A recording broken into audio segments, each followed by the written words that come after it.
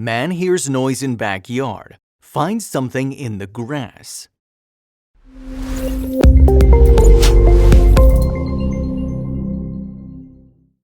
He heard a strange sound coming from somewhere on his property. The noise was nothing like anything he'd heard before. He followed the noise to his backyard where what he saw made him stop in his tracks. He sprinted to his shed where he found a sharp garden tool. He decided to prod the grass with his tool and watched in horror as the patch moved on its own. Sarah and James Carlington were enjoying their Sunday morning. They had just returned from the morning service, and that's when they noticed their yard was a little different than before. James loved to look after his garden. After all, he was a family man. Sunday mornings were normally for tending to his garden or doing odd jobs around the house. It was a beautiful, clear day in Cambridge Springs, Pennsylvania. There were warm winds on the rise after it had stormed the previous night. This day, however, James wasn't feeling as rested as usual.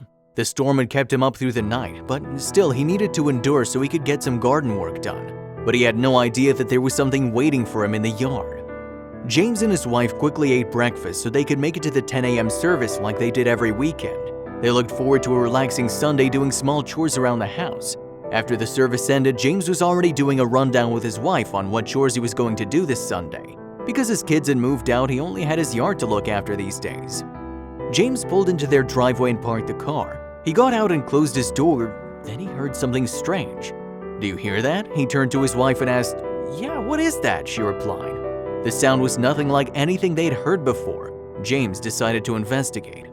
He walked around to the back of his house. The noise was definitely coming from his yard. When he noticed what was making the noise, he was frozen in his tracks. The grass in front of him appeared to be getting bigger. There was a lump forming and James could only watch with his mouth open as he wondered what it was. He prodded the thing with his foot, and as it moved, he stumbled back in fright. Then his wife came around to see what the fuss was about. James decided to jab it again. It wobbled like jelly before returning to his stationary state, but then he did something else. What the hell? It's like a bubble or waterbed. He decided to tackle this himself. He put all his weight on a vibrating mass. James was actually enjoying himself jumping on the mass, but he heard a sound that would stay with him forever on the third jump. He heard the bubble pop as the lump got even bigger. James jumped off of the object and hoped he hadn't made it worse. His wife started rolling the camera as he tried to burst it, but what they would get on her camera would be like nothing they could have ever expected. Sarah got out her camera while James got an umbrella from the side of the house. He started to prod the mysterious lump, but nothing happened. He needed something stronger. He sourced a garden tool and resumed poking it. "What if snakes come out?" his wife joked. What hid inside, however, was much more frightening than snakes. He stood on top of the mysterious mass again and started to pierce the grass harder. The hissing sound began to fade and fade until suddenly there was another loud pop. James steadied himself as the grass churned and he felt a big whoosh beneath his feet. His eyes widened as he watched what happened next. James finally managed to pierce through the grass and burst the giant bubble. James and Sarah watched in amazement as murky water came gushing out. It continued to run from the ground like an endless water fountain. But the entrancing earth fountain wasn't all the bubble would reveal to them. After 15 minutes of watching his yard expel water from its underbelly, James began to notice something strange. On the opening hole, a black piece of plastic stuck out from beneath the grass. James approached the hole and grabbed the piece of plastic. He tried to pull it out, but it wouldn't budge. It looked like the edge of a black trash bag. "What's that?" he wondered. He waited until all of the water drained from the strange bubble to find out. He looked around at his garden, which was now flooded. A small river flowed from his yard to the street, but the mess was the least of his problems. James went into his garage and brought out a shovel. If this plastic bag was the cause of this strange phenomenon, he needed to remove it. He dug into his beloved grass one shovelful at a time until he reached the culprit. He reached his hand in and tried to pull it out again, but even though the plastic bag looked like it had been there for years, it was still tough as nails. Confused, James realized that the plastic bag was much bigger than he thought. He continued to dig, hoping to find its end. He followed the plastic bag with his shovel until he stood at the end of the grass. James had no idea what was going on. He walked over to the other far end of his yard and started to dig there. It was as he expected. The black plastic lay under his entire grass like a giant sheet, but why?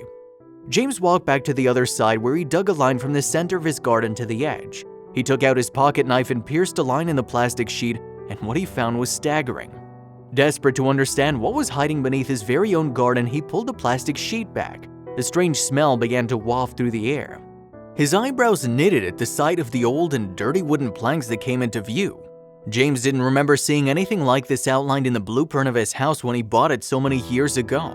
Things were about to get stranger and stranger. James called for his wife, who'd given up filming some time ago, preferring instead to begin some house chores. She walked to James's side, astonished at what he did to their garden. There was mud and holes everywhere, but just as she was about to give out to him, she saw what he was staring at. She grew silent, scrunching her nose at the smell.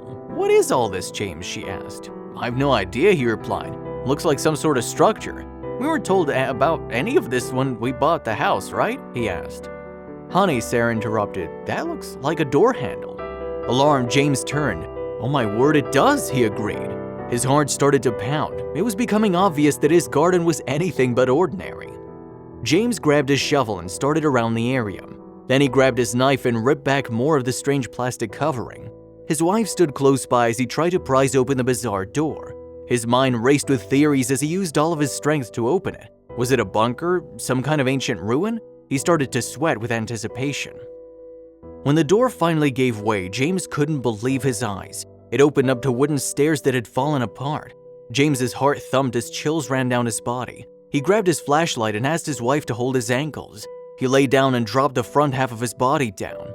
It looked like it was an old small wine cellar. There were still some empty bottles lying around. The place looked completely abandoned and it smelled like sour milk or fermented fruit.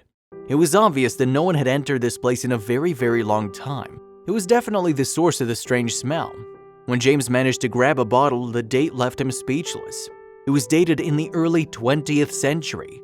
After a painful search for his house's history, he discovered that the wine cellar had to be closed up because it was built without planning permission. But what about the giant bubble in plastic? As James and Sarah later found out, the plastic sheet was the easiest way to recover the yard's appearance and reintroduce fertile soil without having to write a pricey check to demolish the structure and buy soil from scratch. They learned that the mysterious grass bubble was a phenomenon known as a lawn blister. A lawn blister happens most commonly in lawns that have a plastic sheet underneath the grass surface. This plastic sheet is used in lawns that have bad soil in order to encourage healthy grass to grow. The plastic is placed over the bad soil and new fresh soil is placed on top, where grass will then grow and flourish. But here's how the strange occurrence happens. Although rare, water can sometimes find its way under the plastic layer and get trapped. The water will continue to build with nowhere to go, causing the grass to grow and rise with a mounting pressure. In James's case, the night of the thunderous rainfall did the trick. Luckily, there was no burst pipe, but did James put himself in danger bursting it? Although they may look threatening, they aren't dangerous, but that doesn't mean you shouldn't be careful. Depending on the size of these lawn blisters, they can end up flooding your lawn. So make sure to pave a path for the water to drain to avoid ruining your yard with excessive water. And even though James dealt with the situation well, not everybody agreed with his methods.